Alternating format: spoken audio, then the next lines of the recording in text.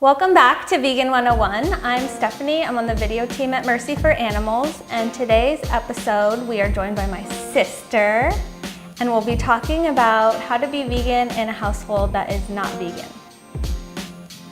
Yep. Okay, hi sis. Hi. Thanks for joining us. Of course. Thank you for having me. So my sister is vegan, but her husband is not vegan. Yeah. Do you make the meals in the family? Yes. So actually, a lot of people ask me if I make two separate meals for him. And for one, that bothers me because they just assume that I'm the one who makes all the meals, but I am the one.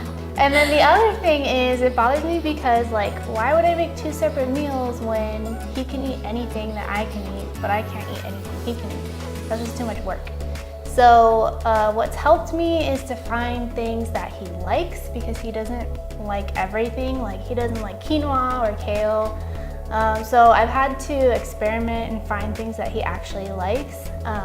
But then I end up just making a meal that both of us can have. Do you ever make things that he doesn't like or that he won't eat? Yeah, sometimes I've experimented with things that I want him to try or want him to like, but he ends up not liking it, so then I just don't make that again. But that's probably true with everyone who makes meals for their family. Not every recipe is going to be a winner. Yeah, or a favorite. We've been married for 2 years, so I'm still trying a ton of things to figure out what works for us and what we both like, as well as something that's easy or something he'll want to eat again. So that's just a lot of trial and error and experimenting, which is fun because you get to be creative. Do you ever cook meat or dairy for him? No. I do sometimes have it in the house because he wants it. So if he wants it, he has to make it. But the other thing is he doesn't really cook. So I'm the one who ends up cooking, so I just make what I want. And it's vegan, so. Did you, when you guys first moved in together and you started cooking for him, did you guys have a conversation about, okay, I'm vegan, so I'm not gonna cook these things, or did he already kind of know that, or how did that go? Well, when we were dating, I would always make him stuff. I would always make him these vegan cupcakes for him and his whole family, and they love them. So I was like, okay, I'm gonna keep making things that everybody likes, and he doesn't care if it's vegan as long as it tastes good. So he's just yeah, it's just a cupcake. And something else I do is I make it for his work. He brings them to work, and then he doesn't tell them that it's vegan. And then they're like, what? There's no way this is vegan. And they're like, this tastes like a regular cupcake. And he's like, yeah, because it's a cupcake. He's a police officer, so I'm imagining him bringing a bunch of vegan food to a police station. Yeah, I make donuts for them, and they love it. But yeah, so he already knew that I don't really cook anything. I also said, if you want it, you can make it yourself. But I'm not gonna make it. And he was fine with that. As long as, like I said, as long as it tastes good, he doesn't care. Does he eat meat outside of the house, if he's at work or with his family or something? Yeah, he does. Even if we go out to eat, he still orders meat. But I just order my own food, and yeah. But he's open to eating it, and he's definitely made a lot of changes within the last 2 years that we've been married. So now he only exclusively drinks almond milk and and things like that, just easy swaps. He's doing a lot better than he was. Does he ever give you a hard time about you being vegan or not eating certain things or not making them for him? No, he's always been really supportive of what I want. So one thing that I really liked when we were dating is that he would always call a restaurant first to see if they had an option for me. And yeah, so even though he doesn't really have the same feelings about veganism that I do, he would always try to accommodate me or help me and make sure that I had something to eat. He's a good guy. I approve. Okay, so my sister has a very supportive husband, but do you have any advice for someone who does make meals for their family whose husband or family or partners are not very supportive? And they're the ones that are cooking for their family? Well, if they're not supportive of you making food for them, I would just make things that are already vegan. So I wouldn't use like the fake meats because a lot of people get weirded out by that. And even though like it is a good substitute once someone's open to actually trying it, some people are like, I'm not gonna try that, that's weird, it's not real. Like our brother. Yeah. And I'm like, man, this tastes good. Like the Gardein chicken strips, those are so good. Those are my favorite. Yeah, and like Steven eats those all the time. So I think once they're okay with it, that's a really good option to try. But I would just try making things that aren't weird to other people. So you could make beans and rice if that's like a side that you would normally make, but you could just make that vegan so it wouldn't have chicken broth and they won't know.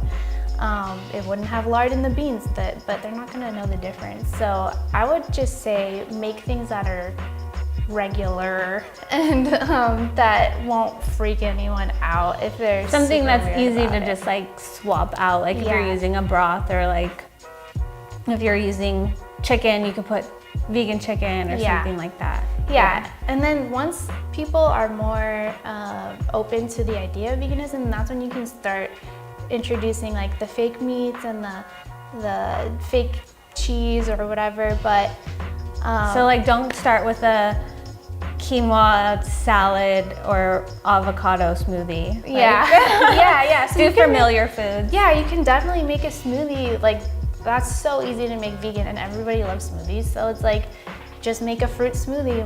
Maybe put some vegetables, but don't tell them that because they might find that weird. But it's good for you.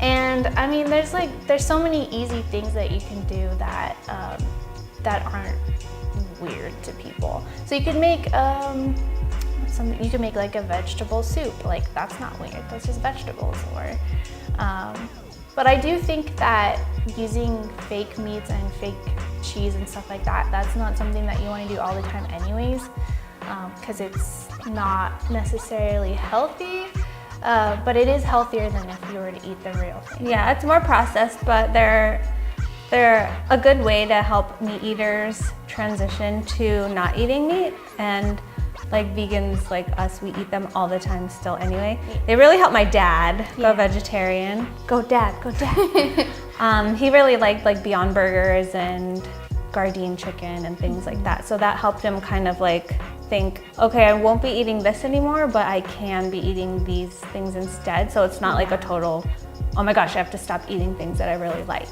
Yeah. Okay, what are a handful of things that you normally make for Steven, or things that he really likes? So he really likes this thing called a beanadilla that Brian Turner has made. He's a YouTube star, a vegan bodybuilder, and it's literally just a tortilla, refried beans, and then another tortilla, and you fry it up like a quesadilla. But all it is just beans and tortilla. But I add other stuff in it, like vegan cream cheese to make it kind of cheesy, and I add like peppers and onions and stuff like that, and it's really popular with a lot of people. Our dad and then also my husband really like it.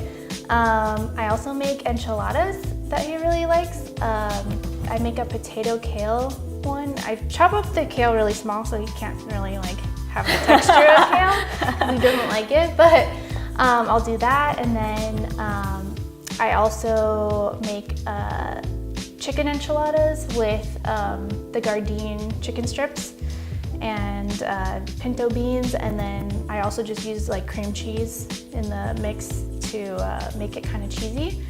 He really likes a few products that are vegan, so he's really big on ice cream. Me too. Yeah, and he won't eat a lot of vegan ice creams except for certain ones because they taste pretty authentic, I guess. So he'll eat the So Delicious smoked almond fudge, the Nadamu cookies and cream type one. Get him the Nadamu Rocky Road.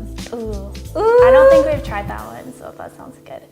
He actually surprisingly likes the Trader Joe's soy vanilla. I really like that one too. Yeah. And there's one other. Oh, he likes the Ben & Jerry's vegan ones too, like any of them.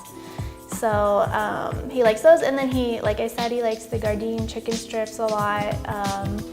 He likes the Follow Your Heart cheese slices, the pepper jack. Those are pepper jack. Yeah, those are really good. That's my favorite brand of. And the Gouda. I haven't tried the Gouda. What? Yeah. Oh, and the provolone. I like the provolone. The provolone's good. Yeah. Okay, yeah. this is a video about us now. Yeah. What we like. Yeah, so I mean, there are definitely things out there that he likes, but there are also products he doesn't like that I've tried. So, yeah, you just have to like experiment and try. yeah.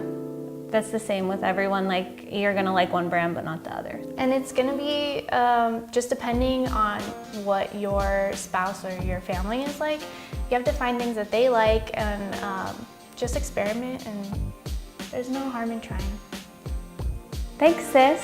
Of course, thank you for having me.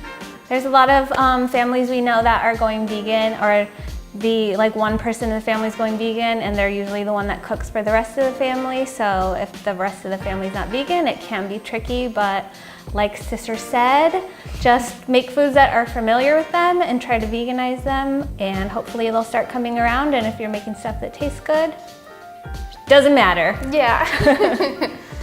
All right, thanks, sis. Thank you. Bye. Bye.